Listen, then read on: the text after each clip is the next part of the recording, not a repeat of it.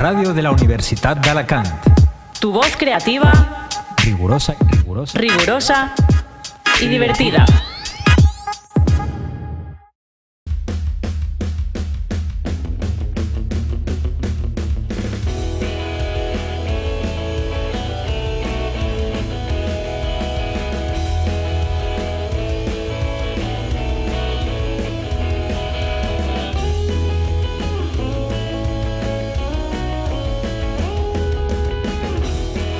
Esto es Destino Historia.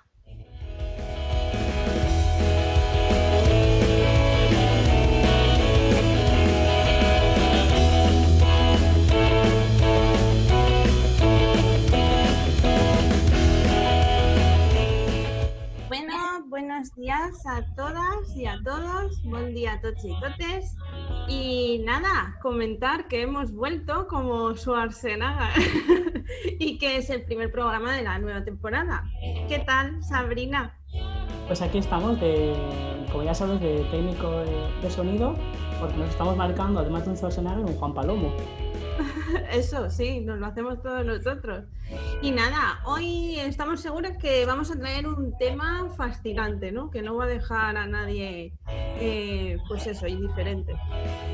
Y si alguien le deja indiferente, pues el próximo programa será mejor. Siempre Esperemos. hacia arriba. Eso.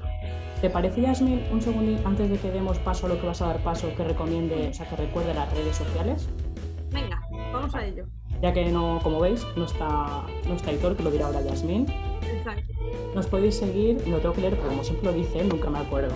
Nos podéis seguir en Instagram, en Destino Historia _radio, en Twitter, DH Radio UA, y en Facebook, como no me lo sé, seguís a Radio de la UA, nos gustáis por ahí y ya os aparecemos. Os esperamos por las redes.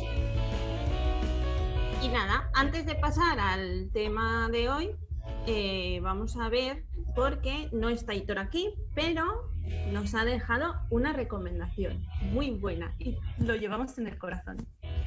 Así que vamos a dar paso a la recomendación de Hitor. Buenas, Sabrina y Yasmin, amigos y amigas. Retomamos esta sección de recomendar series y libros que tratan algún hecho o vida de algún personaje histórico.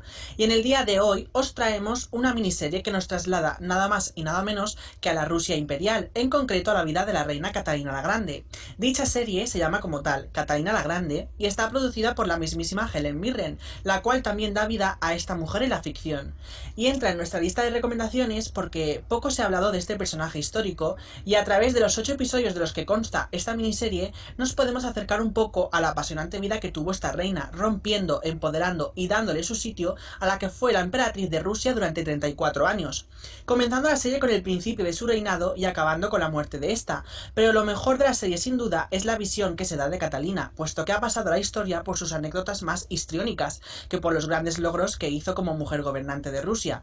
Y aquí es donde podemos acercarnos a todo esto, porque observaremos el papel tan importante que tuvo tanto en las reformas que impuso para Rusia como su papel en los conflictos y guerras con otros imperios. No obstante, también trata la vida más íntima de la reina, ya que tuvo numerosos amantes, pero en este caso se centran más en la relación amorosa que tuvo con el general Potemkin.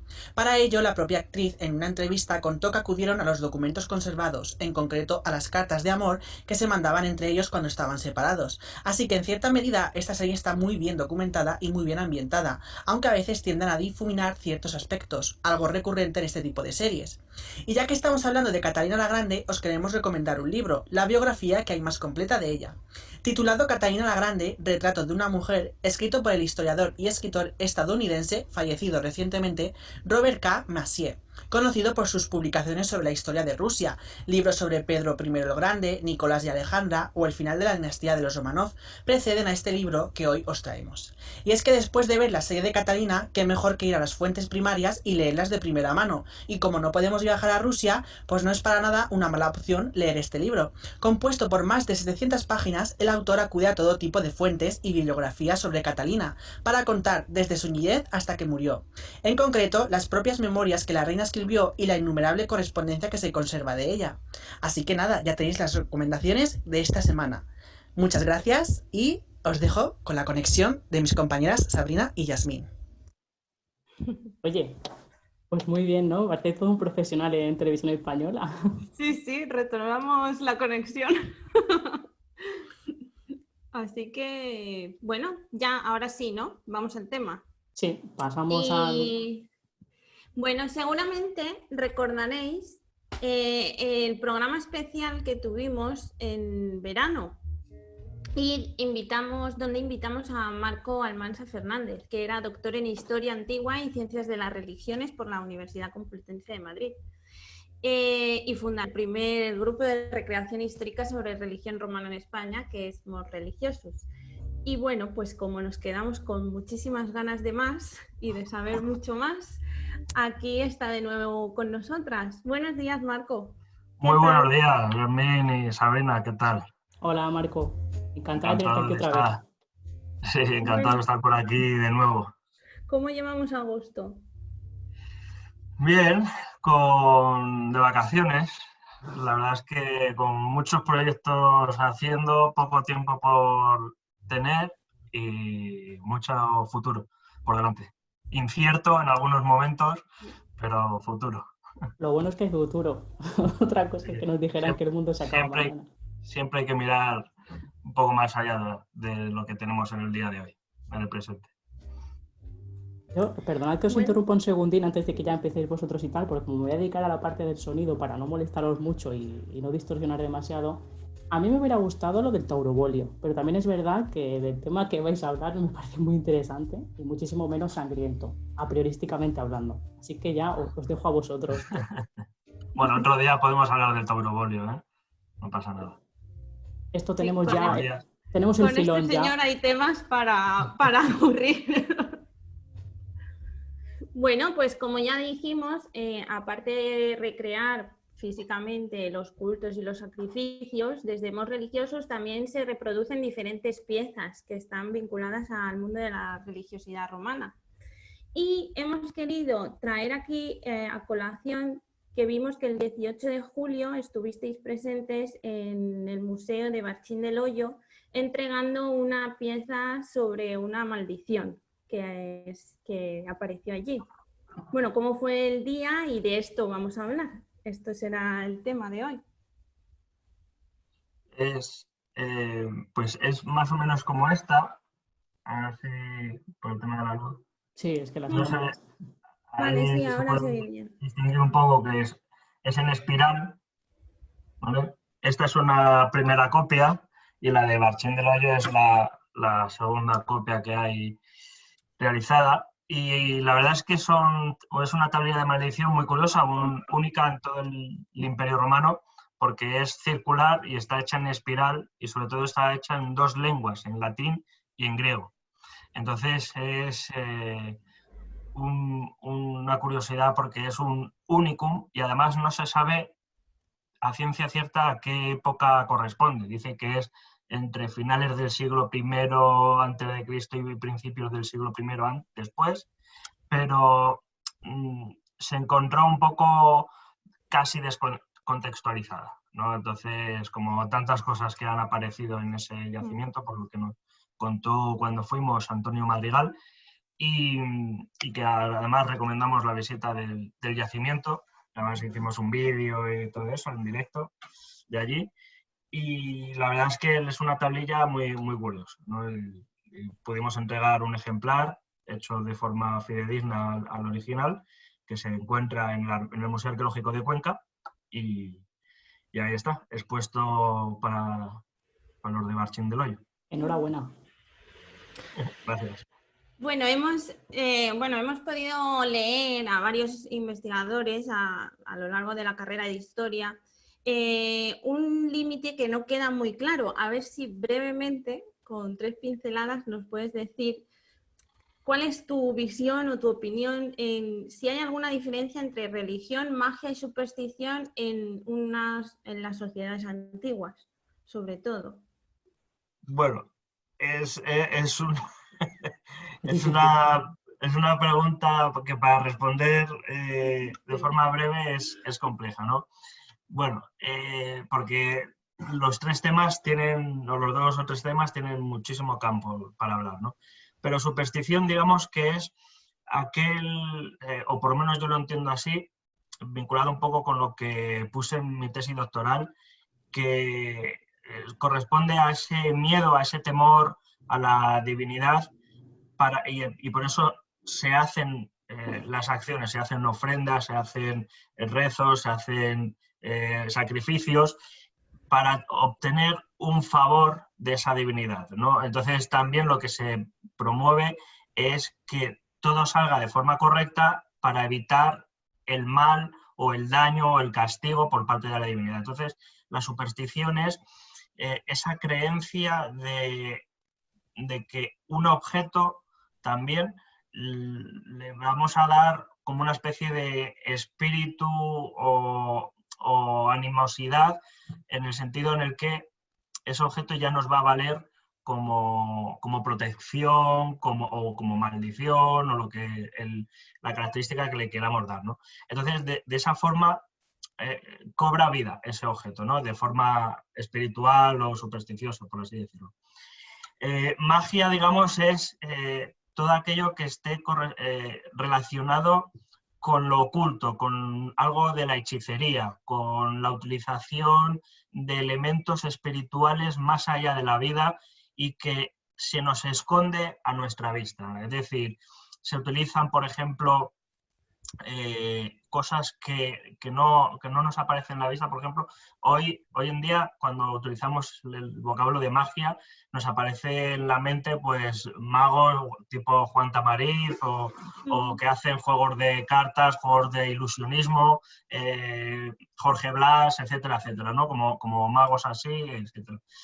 Y entonces se utiliza, digamos, lo oscuro, lo que está escondido detrás de lo que esa persona no nos quiere dejar ver hasta que nos lo muestra, ¿no? Entonces la magia, digamos que es como muy abstracto en el sentido de espiritualidad, de utilización de elementos escondidos, místicos, mistéricos, etc. ¿Y cuál era la otra, que no me acuerdo? Y religión. Muy Y larga, religión. ¡Buah! Bueno, religión, digamos, por definirlo de alguna forma, es como un conjunto de creencias esperando que hacia unas divinidades, ¿no? O hacia unos santos o unas vírgenes digamos, en el cristianismo o en las religiones grandes actuales. Y digamos que religión es la unión, viene del latín religere, que es unir con la parte divina, la parte terrenal con la parte divina, y siempre tiene que haber, o casi siempre, tiene que haber un intermediario entre una divinidad y el ser humano. Ese intermediario no es que sea un héroe, sino que es otro humano que le pone voz a esa divinidad, ¿no? Por ejemplo, hoy en día, en el cristianismo, pues es el Papa, ¿no? O el ayatolá o quien sea, ¿no? Entonces, en ese sentido, tiene que haber una intermediación humana entre la divinidad y el resto del pueblo. Muy, muy resumido. Muy, muy resumido, Es que- porque vemos que religión, magia y superstición están muy mezclados también en las religiones antiguas. Sí, de Entonces, hecho, realmente no van separadas. Todo tiene, de algún modo, van vinculadas tarde o temprano una cosa con la otra. ¿Sabes? Claro, por eso, Superstición con religión, hechicería, superchería, todo eso, todo tiene que estar relacionado. por eso queríamos la explicación. Gracias por la brevedad. Ya sé que a los que sabéis tanto como Yasmín os cuesta muchísimo reducir a lo mínimo y a las pinceladas lo que sabéis. Gracias. Pero claro, queríamos saber la diferencia o las similitudes o que todo es un continuo, precisamente para argumentar o justificar que en un programa de historia estemos hablando de magia, de superstición y de religión como un todo. ¿Yasmín? Nada, pues vamos a ver lo que queríamos saber en profundidad sobre las tablillas, ¿no? ¿Qué son las tablillas de maldición o las tabulae de fictionum? ¿Y quién se encarga de realizarlas? ¿Quién las recibía? Cuéntanos cosas. Como es un tema morboso, el tema de las maldiciones y todo eso. Bueno, pues una tablilla de maldición no es más que un soporte para hacer daño a alguien, ¿vale? Y un soporte puede ser principalmente plomo, ¿vale? Como la tablilla que os he enseñado antes, esta es de plomo. Esta es de plomo, por ejemplo, ¿vale?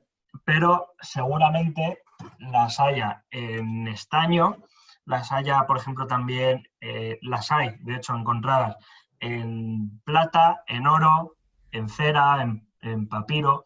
Entonces, digamos que una tablilla de maldición es un soporte material en el que se escribe una serie de fórmulas mágicas para hacer daño a otra persona, ¿vale? Solo sirven para hacer daño, pues son tablillas de maldición, si no serían tablillas de bendición.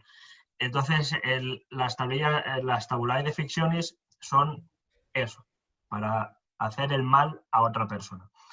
¿Quiere decir eso que la persona que lo promueve sea mala persona? Valga la redundancia. No, ¿vale? ¿Por qué? Bueno, no lo sabemos, pero realmente no. Igual un poquito. Un poco. No, depende también, y eso es muy, muy interesante estudiarlo, que es el tema de historia de los sentimientos o de las emociones, etcétera, que dentro de las tablillas, y sobre todo quien las manda a hacer, no el que las hace, porque el que las hace es un escriba. Yo lo defino como de figens, porque de figens es el fijador. Pues las tablillas de fictionis pues tienen la derivación de fijamiento, pues de figens, pues digamos como que el que fija este escriba o que lo hace a mano con un punzón como este, que es un stylus, ¿vale? Lo hace con la punta y lo escribe en esos materiales, ¿no?, que hemos dicho antes. Entonces, esa persona quiere conseguir siempre algo. Esto es como lo que hemos hablado antes de lo de superstición, ¿no?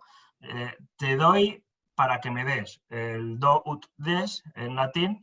Entonces, te doy una tablilla de maldición a los seres infernales o a la divinidad de la que se va a motivar para esta tablilla por conseguir algo, ¿no? En este caso, o dañar algo o recibir un beneficio por ejemplo, hay tablillas de maldición que se han hecho para un elemento que se ha robado, ¿vale? Una tablilla que fulanito me ha robado el pan, o una niña me ha robado las caligae de un soldado, ¿no?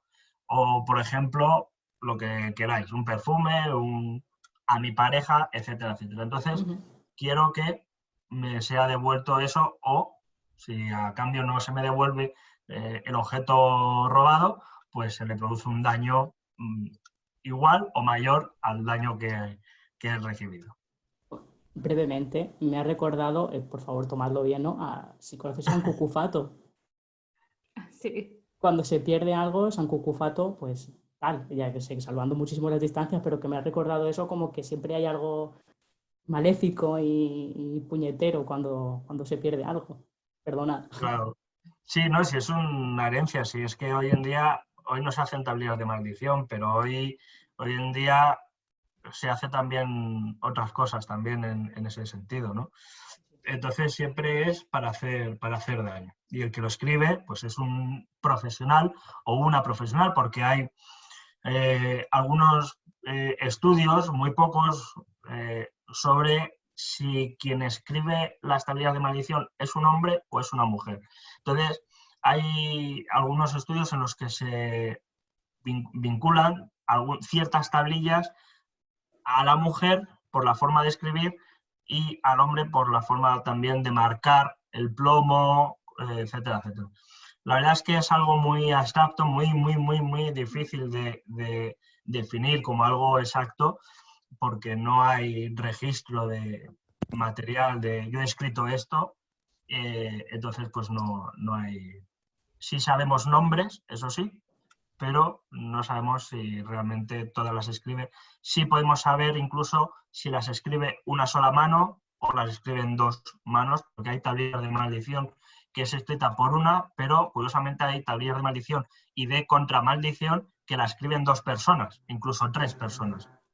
¿Vale? Ahí quería profundizar yo en las contramaldiciones, porque ¿qué hacía la gente para protegerse de eso? Bueno, una de las cosas, una de las características principales de una tablilla de maldición es que no se sepa leer. ¿Vale? Primero, que no se encuentre, ¿vale? Y si se encuentra esa tablilla de maldición, que no se pueda leer.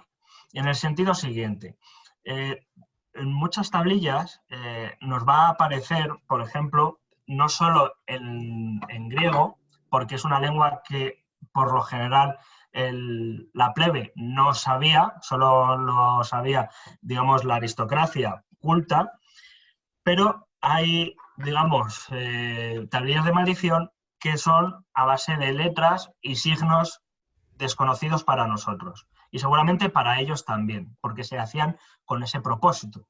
Uno de los ejemplos es este, a ver si se puede ver.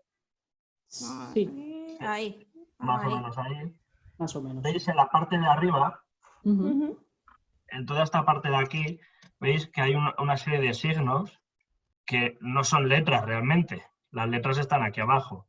Sí. ¿Vale? Pero aquí hay una serie de signos. Para el que digamos, hace la maldición, significa algo, ¿no? Que es como un código secreto, algo que no sea descifrable.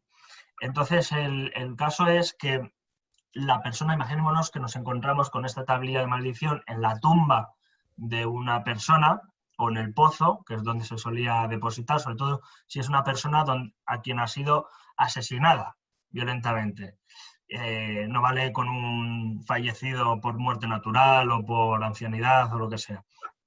Entonces, lo que hace, nos encontramos con esa tablilla y claro, ahora me pongo yo a leer y digo, ¿y qué es lo que significa esto de aquí? Claro, yo no puedo hacer una contramaldición porque no sé el código, no sé la fórmula que ha creado, ¿no? Entonces, existen contramaldiciones preventivas, ¿vale? ¿En qué digamos, consiste esto? Es decir, esto es como lo que hacíamos nosotros de pequeño, espejito, espejito, lo que me rebota a mí, esto lo que me dé a mí, te rebote a ti, ¿no? O lo que tú digas contra mí, pero multiplicado contra ti el doble, ¿no? Pues esto sería más o menos lo mismo. Fíjate que no hemos cambiado nada. Nuestro comportamiento infantil, sin saberlo, estamos imitando las mismas fórmulas de contramaldición que los romanos hace 2000 años hacían. Entonces, se hace una contramaldición preventiva en este sentido, en el que se escribe un texto y se dice, bueno, pues por si acaso me ha maldecido esta persona, pues yo la maldigo el doble. No solo a ella, sino a sus hijas, a sus bisnietas y demás. Entonces, eso es muy, muy curioso, ¿no? Como que le vayan dando.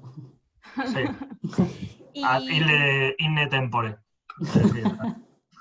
bueno, como este programa también lo voy a maldecir porque nos quedan 4 minutos solo ya, queríamos saber si las maldiciones estaban perseguidas desde la legislación romana y, bueno, sí, y básicamente eso, ¿cómo se hacía? Bueno, una maldición, por lo general sí no estaba prohibido, pero sí había algunas normativas que se hacían contra este tipo de brujerías. No es que estuviera ni mal ni bien vista, sino que era algo alegal, por así decirlo, utilizando un término actual. Entonces, había leyes que sí prohibían el exceso de brujería, sí, pero no sabemos hasta qué punto prohibían el uso continuado de estas maldiciones, ¿no? Y también las maldiciones había que, a la hora de ejecutarlas, no sabemos si en todas, pero en algunos casos iban acompañadas de un muñequito, ¿vale? Que se llama colosoi, y he traído dos, que también los hice yo, igual que las otras tablillas, y son estos dos, ¿vale? Ujú. Entonces, estos dos muñequitos, es que por el tema de la luz enfrente, Sí. vale. Ahora. El tema de los dos muñequitos, esta muñeca está basada, no es exacta, pero en la del Museo del Louvre, del siglo II después de Cristo, ¿vale? Donde tiene 13 agujas clavadas por todos los sitios, os podéis imaginar. Los brazos y las piernas las tiene también con agujas, pero es una forma de fijar la maldición. No es que sea un muñeco vudú per se, ¿no? Sino que es como un elemento de vinculación de la maldición. Y luego tenemos este otro, que es este otro de aquí, que es un hombre, porque tiene un pene, y tiene también 13 agujas, ¿vale? Y va acompañada precisamente de la tablilla de maldición, ¿vale? Este muñeco normalmente se echaba al fuego y se quemaba. Y otra particularidad que tiene este muñeco, a diferencia de la otra, es que por dentro del muñeco, por aquí, está hueco y tiene algún elemento de identificación de la persona a maldecir. Un pelo, una uña, un trozo de tela, etcétera, etcétera. De tal forma que vincula físicamente con la persona a la que se va a maldecir. Y para que todo esto funcione, yo es que quería hacer hasta una demostración, pero como veo que tenemos poco 2 tiempo, minutos.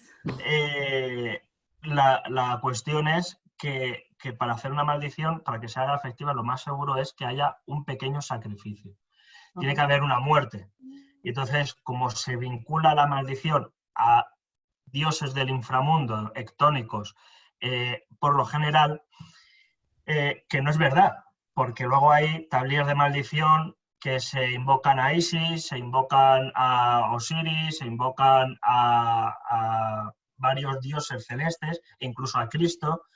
Entonces hay que hacer un pequeño sacrificio para que salga efectivo. Sin muerte no hay efectividad. Tú puedes hacer 80 tablillas, pero si no hay un sacrificio de un conejo, de un ave, de un pollo, lo que sea, no hay efectividad en ese sentido.